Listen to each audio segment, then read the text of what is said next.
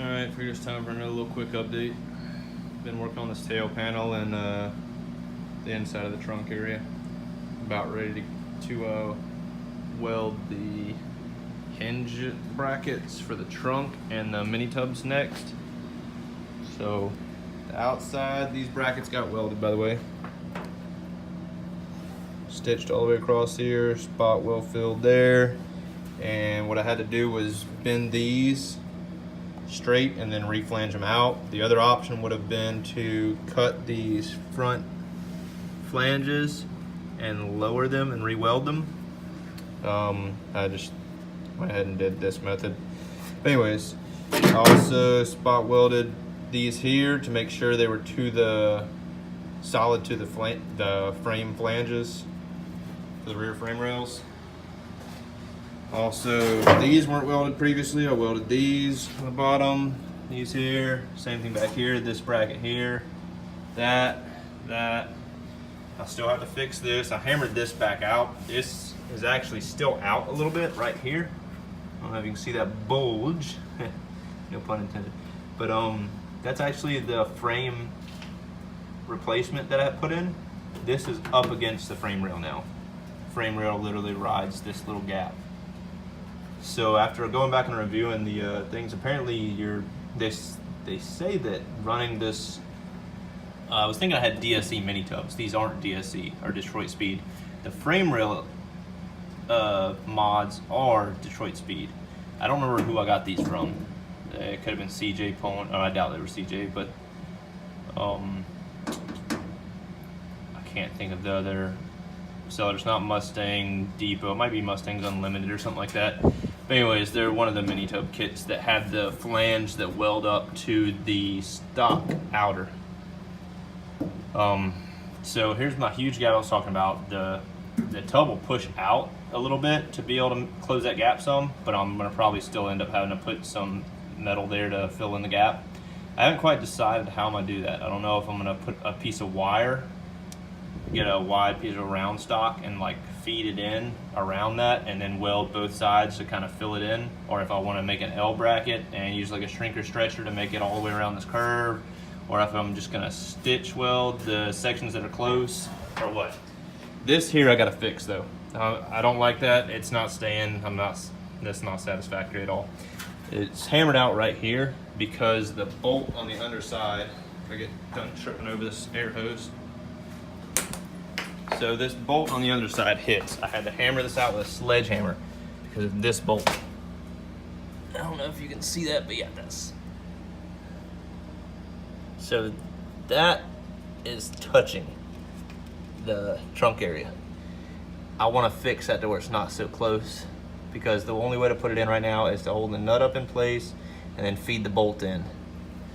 Now, of course, one, could always just weld this piece in and I wouldn't have to worry about a bolt. But I don't like doing that. I kind of like the idea of keeping it bolt in. These still have to be welded here. I have to do that before I flip it on the rotisserie. This I might wait to do till later, I don't know, but I really want to spray this ass end, the trunk area and whatnot, so I kind of want to fix it. The only thing I can figure to do with it is cut like up here and then take a piece of sheet metal and kind of bowl it out and across this angle. I have to make sure to keep an area to be able to fit my my fuel tank in though, because I do plan on running a fuel cell most likely. I don't know if I'll be having that right away. So I really want to get this car back on the road. So I want to get it to where it's drivable and then I can just swap parts as I'm able to afford them. So anything that needs to be done that's not an easy swap out later on that'll require like intense welding, whatever, intense body work, anything that's gonna affect the way the car looks or have to make me revert back on work that's already been done, I'm gonna try to do ahead of time. Like the roll cage I'm not sure of, because that'll require welding, but I mean all the welding's inside the car minus the little bit of welding to the floor pan area. I think I can just do that later on as well. I don't think it'll really affect anything. I'll just have to cover stuff that I'll weld around. It'll most likely be TIG welded anyways, so I won't have to worry about sparks flying.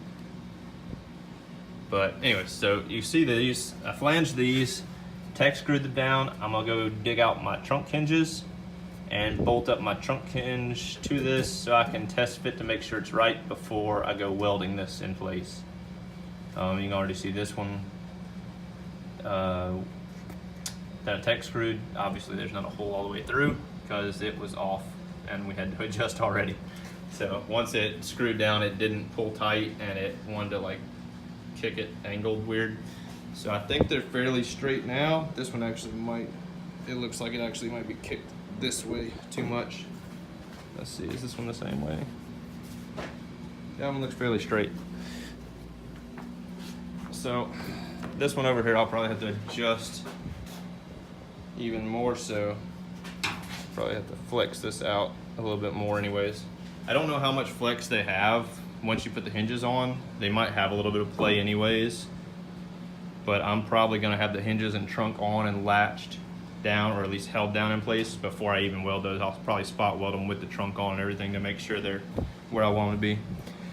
But anyways, these are, everything's blended except for these top areas. I have a nasty burn on my arm because I pulled a genius move the other day. I blended this weld down and then went to hit this one up front here and got as far as hitting the top of that.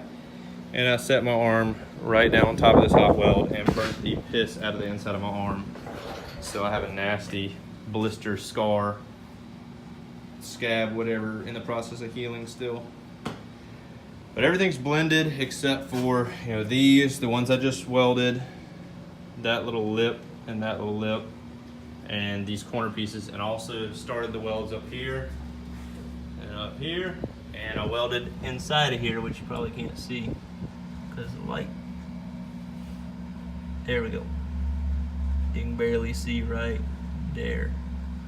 Anyways, that one welded over here on the driver's side welded a lot better than this side over here. This side got really nasty and blobby. But roommate came out, he helped me blend stuff. He also cleaned the shop and picked up a bunch of tools for me. Got me all squared away again so we could start fresh once more. But that's it for now, guys. I'm gonna finish up, like I said, I'm gonna finish blending. I'm gonna try to probably mod that soon, that little corner piece, and do the hinges next. And of course finish blending what welds I have. But hopefully next video I'll have the trunk on. So keep watching, guys. Later.